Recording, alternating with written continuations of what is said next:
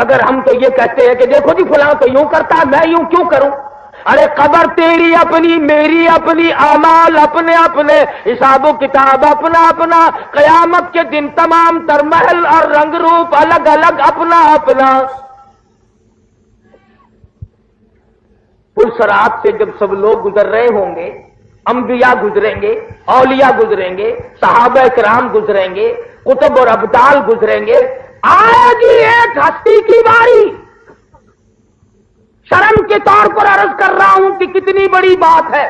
اعلان ہوگا ایک فرشتے کو، آؤ فرشتے اعلان کر، او کلیم اللہ، او خلیل اللہ، او ذبیح اللہ، او روح اللہ، اے صحابہ کرام، اے شیخ عبد القادر جیلانی، اے علی احمد حجویری، تمام کے تمام اپنی نظروں کو نیچا کر لو، اس لیے کہ خاتون جنت پل صراط سے گزرنے والی ہے۔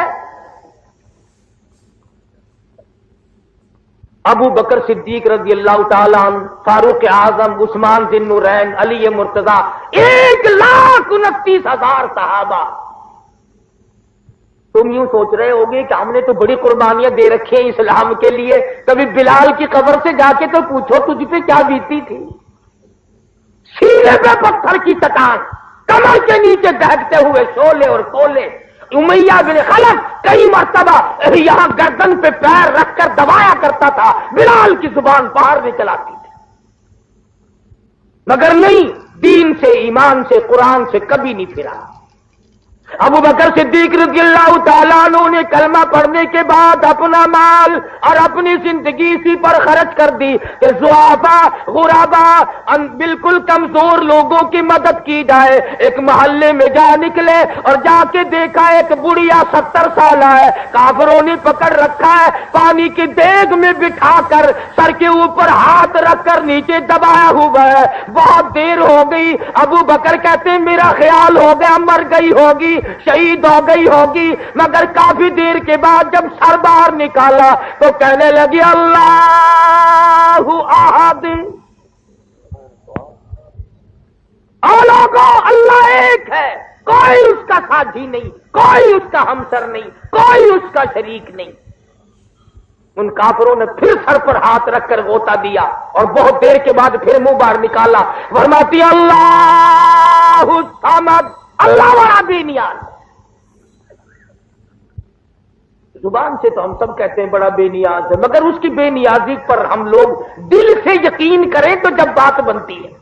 میں تو کئی مرتبہ اپنے جمعوں میں کہا کرتا ہوں کہ کم سے کم اتنا ہی سوچ لو کہ کسی بڑے آدمی کا ملازم یا بڑے آدمی کا بیٹا اگر جیل میں آ جائے تو برابر والے کہتے ہیں یار تیرا آدمی جیل میں پڑا ہوا، تیرے تعلقات کا کیا بنا، تیری دولت کا کیا بنا؟ اور لوگوں تو کلمہ پڑھتا ہے کالی کملی والے کا اور جہنم میں جائے گا۔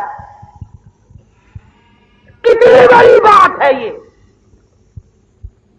ایک ایک لمحہ اور زندگی کا ایک ایک سانس قیمتی ہے۔ قرآن کریم میں ہے کہ میدان قیامت میں لوگ جب حالات دیکھیں گے افسوس کے ہاتھ ملتے ملتے اپنی ہتھیلیوں کی کھال اتار ماریں گے۔ اے کاش میں نیکی کرتا، اے کاش میں خدا ترس بنتا، اے کاش میں کسی غریب کی ہمدردی کرتا۔ ابو بکر صدیق رضی اللہ تعالی عنہ وہ جوان ہے، خلافت کا دور ہے۔ فاروق اعظم فرماتے ہیں کہ مدینے پاک میں ایک بڑھیا رہتی تھی، محتاج تھی آنکھوں سے، میرا دل چاہا کہ یہ نیکی میں کماؤں۔ فجر کی نماز کے بعد میں اس کے دروازے پہ گیا اور آواز دی، میں نے بوڑھی اماں برتن دے پانی بھر کے لا دوں۔ اندر سے آواز آئی، جزاک اللہ، اللہ تعالیٰ تجھے جزائے خیر عطا فرمائے، تجھ سے پہلے کوئی اور سارا کاروبار کر کے چلا گیا۔ فاروق اعظم فرماتے ہیں کہ میں بڑا حیران ہوا، کون ہے ایسا؟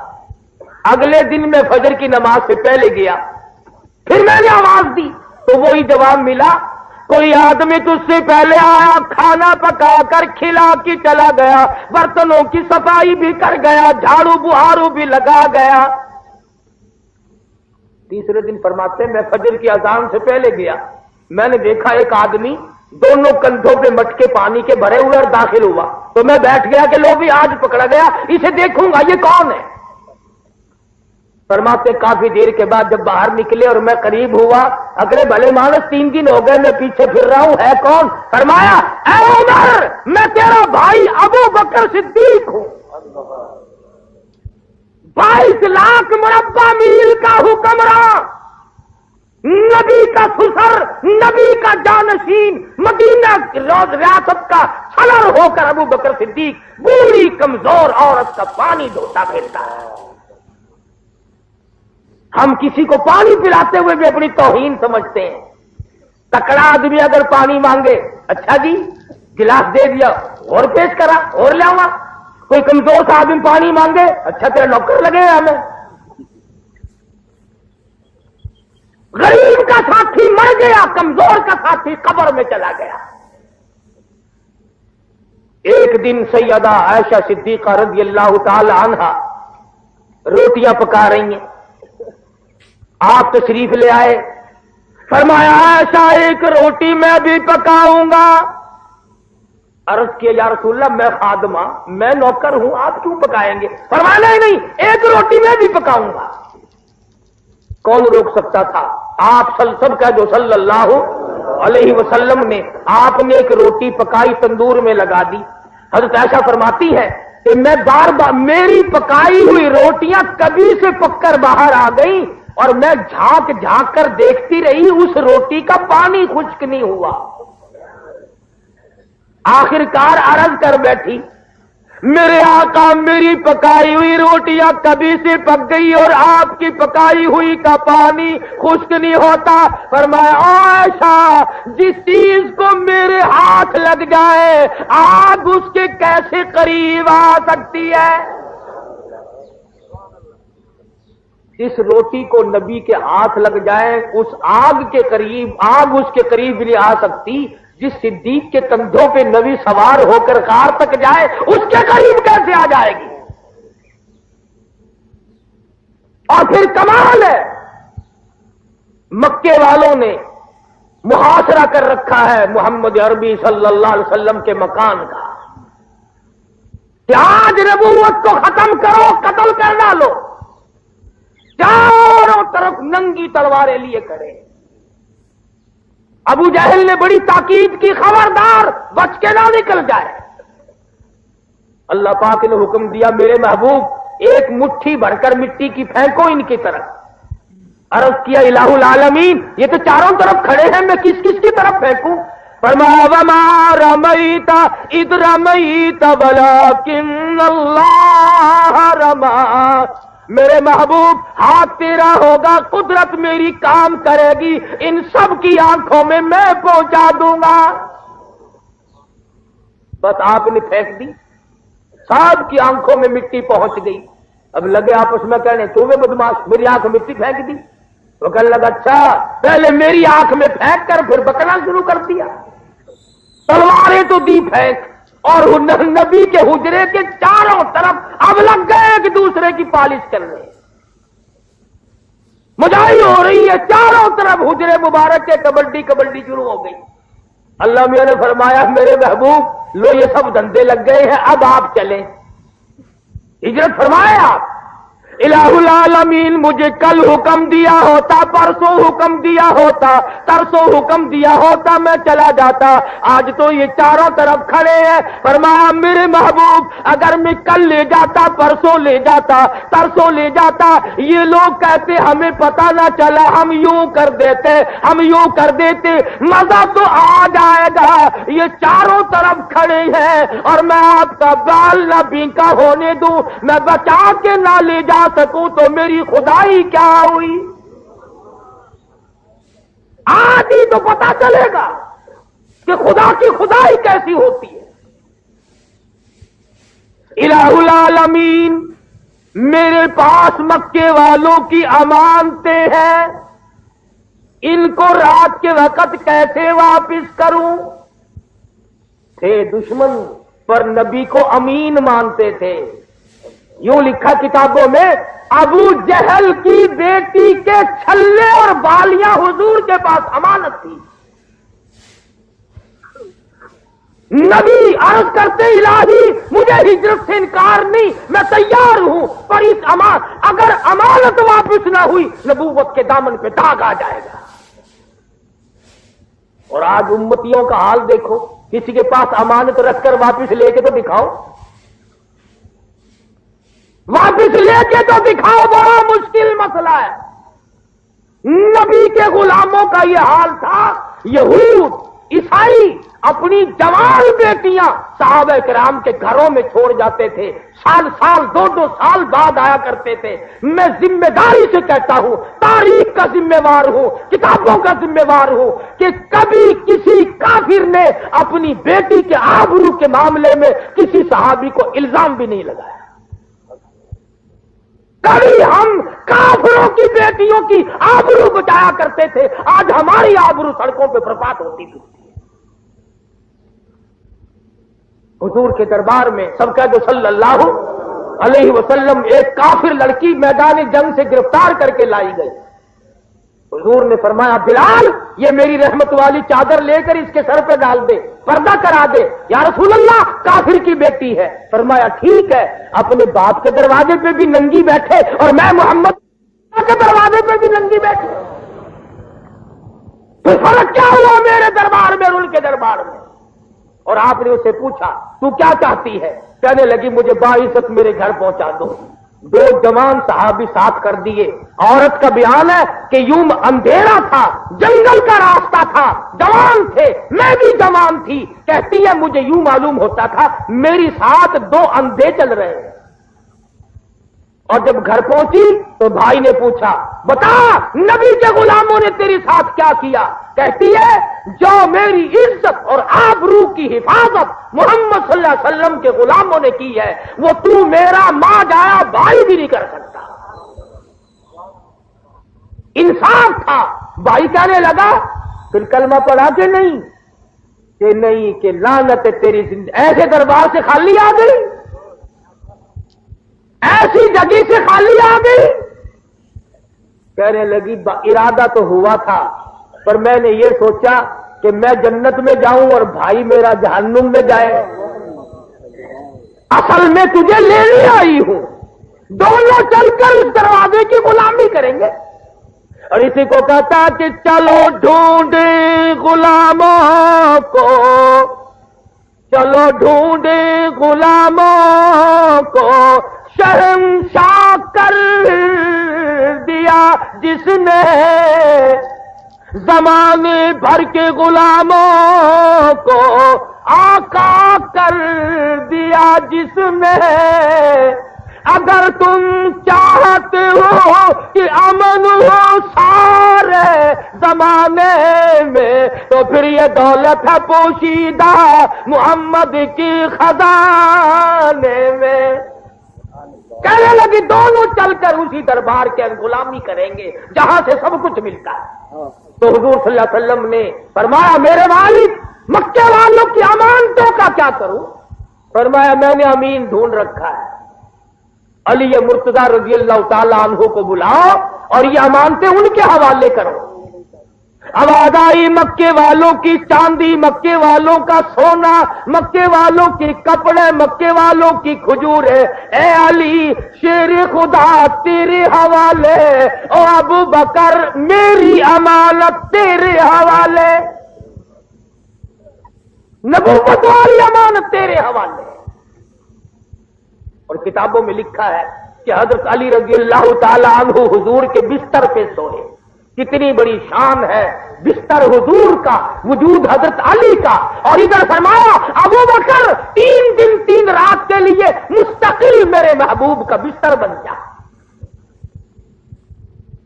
صدیق اکبر کی تو بچیوں کا بھی کیا کہنا۔ حضور صلی اللہ علیہ وسلم اور صدیق اکبر جب تشریف لے گئے تو ابو جہل کی پارٹی تلاش کرنے آئی، دروازہ کھٹکھٹایا، حضرت اسما باہر نکلی، پوچھا تمہارا نبی کہاں ہے، تیرا ابا کہاں ہے؟ کہنے لگی کیوں، تم کون ہو، تمہیں کیوں بتایا جائے؟ اس نے کہا بتانا پڑے گا۔ اس نے کہا جاؤ جاؤ سارے مکے کو اکٹھا کر کے لاؤ اور صدیق کی بیٹی سے نبی کا پتہ پوچھ کے دکھاؤ۔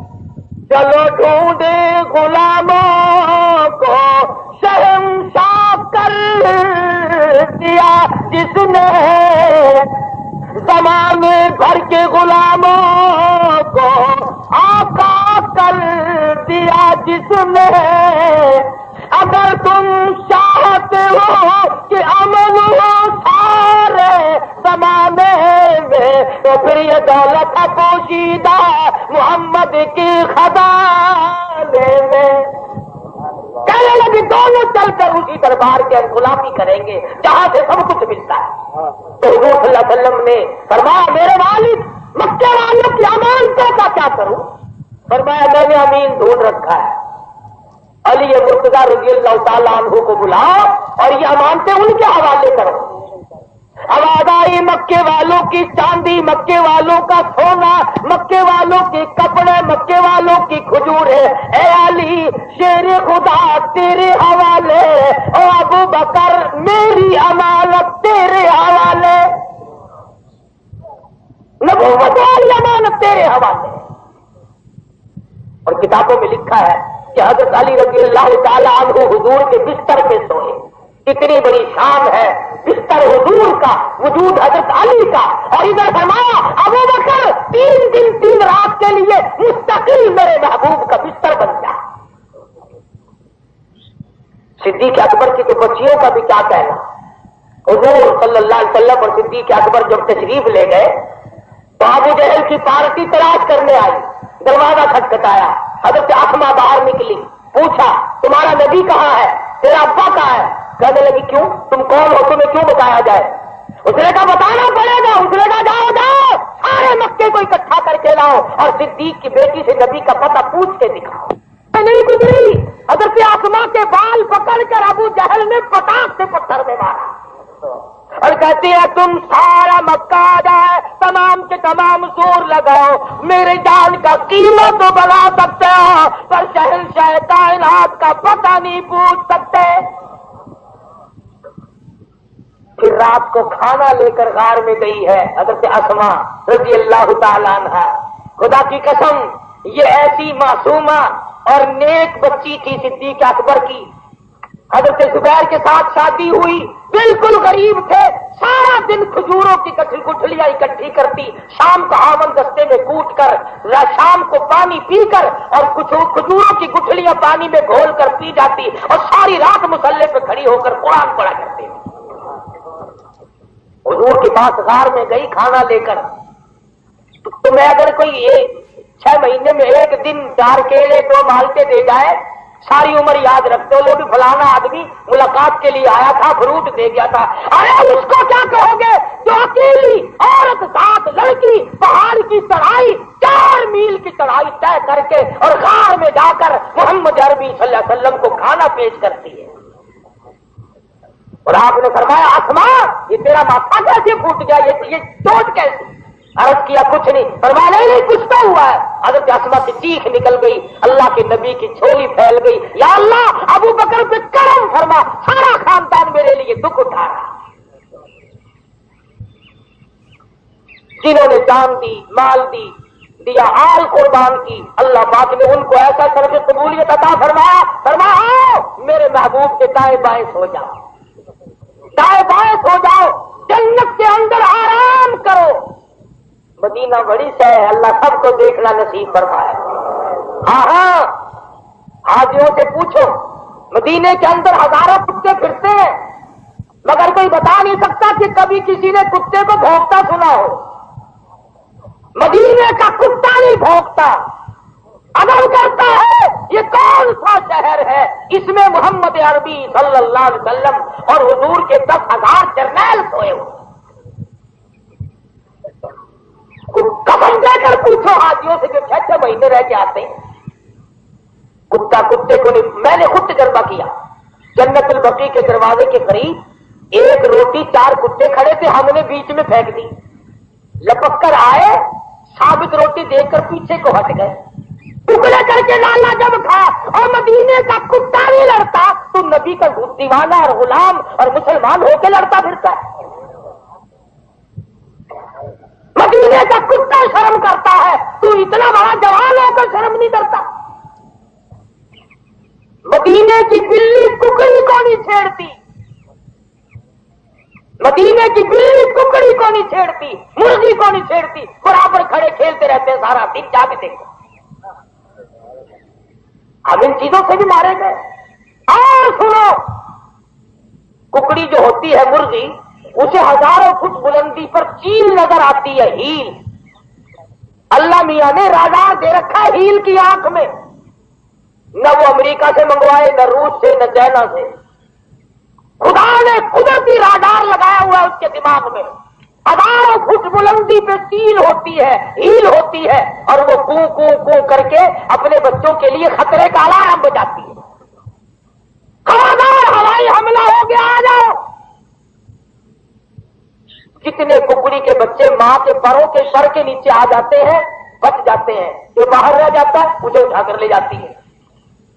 جب خطرہ ٹل جاتا ہے پھر کو کو کر کے امن کا اعلان کرتی ہے. پھر اس کے بچے باہر نکل کر دانا چگنا کھانا پینا شروع کر دیتے ہیں. اور لوگوں، مرغی کے بچے کو اپنی ماں کے کو کو پہ یقین آ گیا، تجھے نبی کے اس 6666 آیتوں والا قرآن لایا ہے تیرا نبی، تجھے اس پہ یقین آیا؟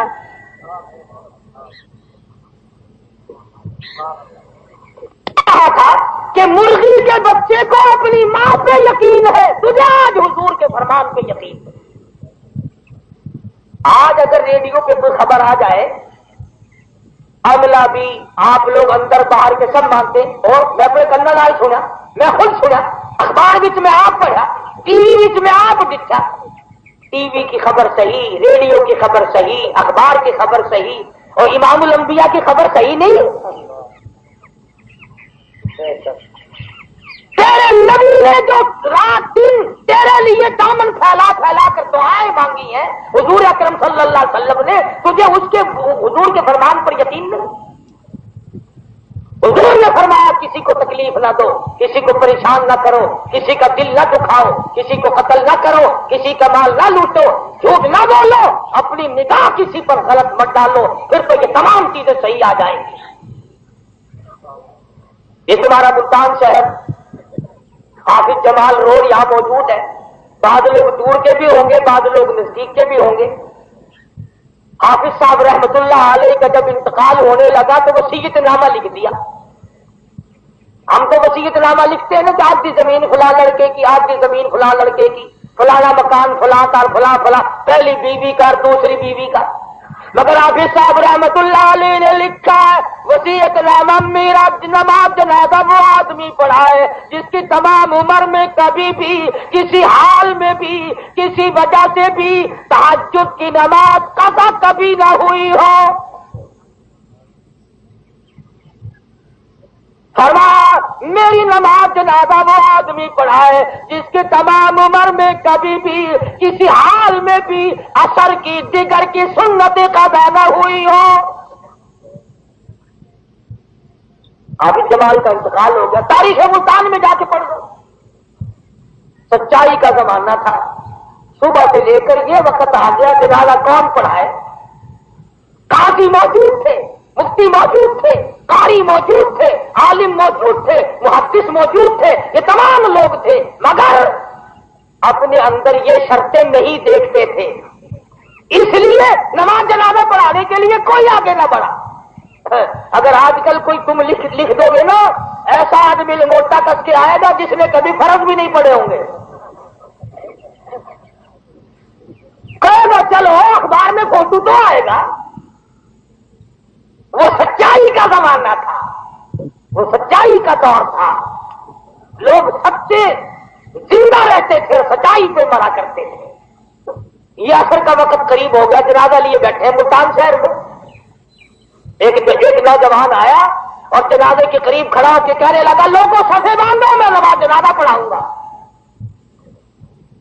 اور ایک اور بات بتا دوں، اس زمانے میں لوگ نماز جنازہ مفت پڑھایا کرتے تھے. اب تو قیمت لگتی ہے، ہر چیز جو مہنگی ہو گئی. اگلے دن میں نے مولویوں سے کہا تھا کہ میٹنگ بلاؤ، اعلان کرو کہ نماز جنازے کے بھی پیسے بڑھ جائیں گے انشاءاللہ. اگر چھولے کی دال کے پیسے بڑھ سکتے ہیں، اگر مسل آلووں کے پیسے بڑھ سکتے ہیں، نماز جنازہ کے نہیں بڑھ سکتے. امیر آدمی مر جائے نا بڑا تکڑا، سارے مولوی بل بلائے آ جائیں گے. ٹانگے والا، ریڑھی والا، غریب مزارہ کاشتکار مر جائے بلانے کے لیے مولویوں کو آتے ہیں نا، ہم خود طالب اجام الڈیا نماز جنازہ پڑھا، غریب کی نماز جنازہ چھوٹی سی، امیر کی نماز جنازہ لمبی، دیکھا جیسی روح تھی ویسے فرشتے بڑھ گئے، جیسے تم تھے ویسے ہم ہو گئے، ہوا سب کو لگتی ہے، حالات بگڑ کر رہ گئے۔ عصر کا وقت قریب آیا، ایک نوجوان کھڑا ہو کے کہنے لگا لوگوں سب درست کرو میں نماز جنازہ پڑھاؤں گا۔ لوگوں نے کہا حضرت جی شرطیں بڑی سخت ہیں، فرمانے لگے الحمدللہ جب سے میں نے وہ سنبھالا ساری زندگی میں میری نماز تہجد قضا نہیں ہوئی، فرمایا جب سے میں نے وہ سنبھالا عصر کی سنتیں میری ایک دن بھی قضا نہیں ہوئی۔ اللہ والے تو کون ہے؟ فرمانے لگے خیر پور ٹامہ والی کا باشندہ ہوں، ذات کا کمبھار ہوں، خواجہ خدا بخش میرا نام ہے۔ یہ اس کی دین ہے، جب شہیدوں نے قرآن چھوڑ دیا خدا نے تمہارا سے حفاظت کرا، پہاڑوں کا روحیلا جب قرآن کا دیوانہ بنا خدا بند عالم نے خواجہ سلیمان توسنی بنا دیا،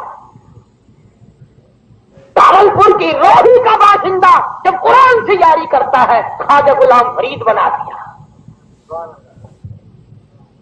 قرآن اور نبی کی حفاظت کرتے ہوئے جب دیکھا پروردگار عالم نے عطا اللہ صاحب بخاری بنا دیا، جب شہیدوں نے ہیر لکھنی شروع کی اللہ پاک نے فرمایا احمد علی اور سکھ کے بیٹے ادھر آ، مسلمان بن اور بیٹھ کر میرے قرآن کی تفسیر لکھ۔ خدا کسی کا محتاج نہیں، موروں سے کام لے لیتا ہے جب ہم کام کرنا چھوڑ دیں۔ اپنے لیے کماؤ گے، اپنے لیے کرو گے، اپنے ماں باپ کے لیے کرو گے، اپنے آباء و اجداد کے لیے نیکیاں جو کرو گے تو کرو گے تو آپ کو سب سے زیادہ استغفار کام دے گا۔ کئی لوگ خطوں میں پوچھا کرتے ہیں، ساتھیوں کی زبانی پوچھا کرتے ہیں کہ جب ہم جیل میں ہیں، تکلیف میں ہیں، پریشانی میں ہیں، کوئی وظیفہ میں تم سب کو وظیفہ بتلاؤں؟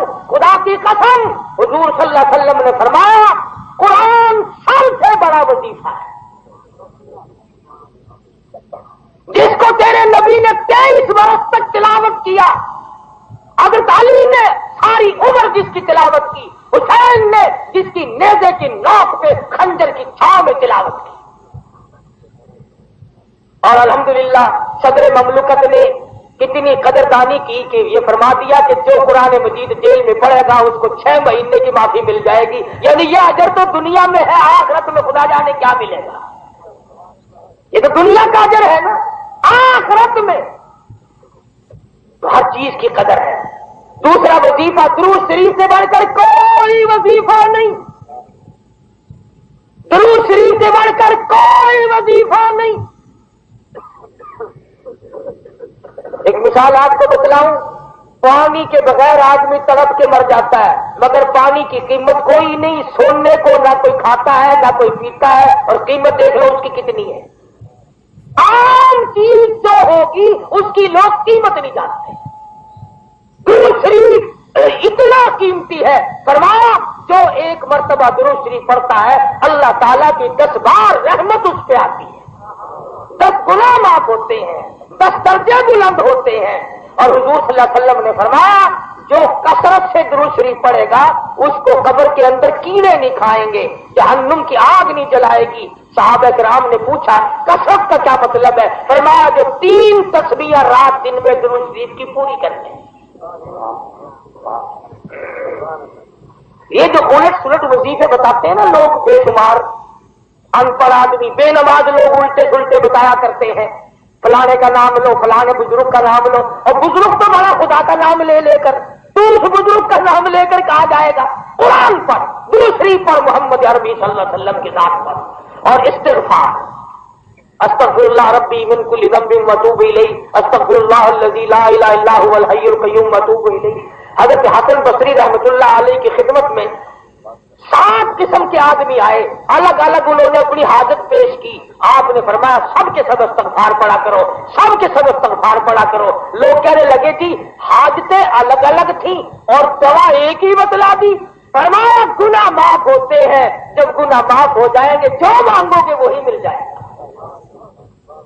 تو اس لیے میں نے یہ آپ کو وظیفہ بتا دیا. قرآن پڑھو, درود شریف پڑھو, استغفار پڑھو, اللہ اللہ کرو, اپنے گناہوں کی معافی مانگو, دل میں کسی کی طرف سے حسد نہ کرو, بغض نہ رکھو, عداوت نہ رکھو. اللہ پاک ہم سب پر کرم فرمائے. وآخر دعوانا ان الحمدللہ رب العالمین. کیا لکھا؟ سیدنا ابو بکر صدیق رضی اللہ تعالی عنہ کے پاس ایک بہت بڑا مسودہ تھا جس میں حدیثیں لکھ رکھی تھی, مگر صدیق اکبر کو جب یہ حدیث معلوم ہوئی من کذب علی متعمدا فلیتبوأ مقعدہ من النار او کما قال النبی صلی اللہ علیہ وسلم. حضور فرماتے ہیں صلی اللہ علیہ وسلم کہ جس نے ایک لفظ بھی مجھ پر جھوٹ بولا اس نے جہنم میں اپنا ٹھکانہ بنا لیا. یہ جو بیچارے تھوڑے لکھے پڑھے لوگ کیا کرتے ہیں نا کہ حضور نے یوں فرمایا, حدیث میں یوں ہے, حدیث میں یوں ہے, اس سے بڑا احتیاط کرنا چاہیے. جب تک صحیح علم نہ ہو آدمی کو اس قسم کی بات سے پرہیز کرنا چاہیے تاکہ حضور کی اس وعید میں داخل نہ ہو جائے.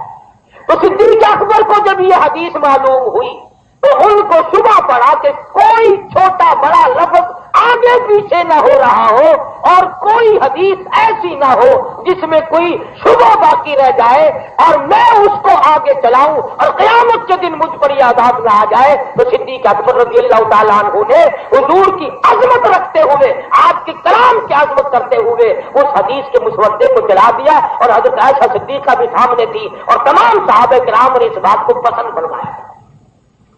یہی حال ہے. اب اگر کوئی آدمی قرآن مجید کے ورقوں کا ادب کرتا ہے اور اس نیت سے, کتابوں میں مسئلہ اختلافی مسئلہ نہیں, اس نیت سے وہ پاک جگہ رکھ کر جلا لے اور اس راکھ کو بالکل محفوظ جگہ دبائے جہاں پیر بھی نہ آئے, یہ سب سے اچھا طریقہ ہے ادب کا اور حفاظت کا. مسئلے کی بات ہے. الرحمن الرحیم جو سی پڑھ کے دعا مانگو سارے. اللهم صل على محمد وعلى ال محمد كما صليت على ابراهيم وعلى ال ابراهيم انك حميد مجيد. ایسے ہی دلچسپ اور مزید بیانات سننے کے لیے ہمارے چینل صبر کے سفر کو سبسکرائب کریں اور بیل آئیکن کو پریس کریں تاکہ ہر آنے والی ویڈیو سب سے پہلے آپ کے پاس پہنچے, اور اسے زیادہ سے زیادہ شیئر کریں. دین کا کام کرنا بھی صدقہ جاریہ ہے.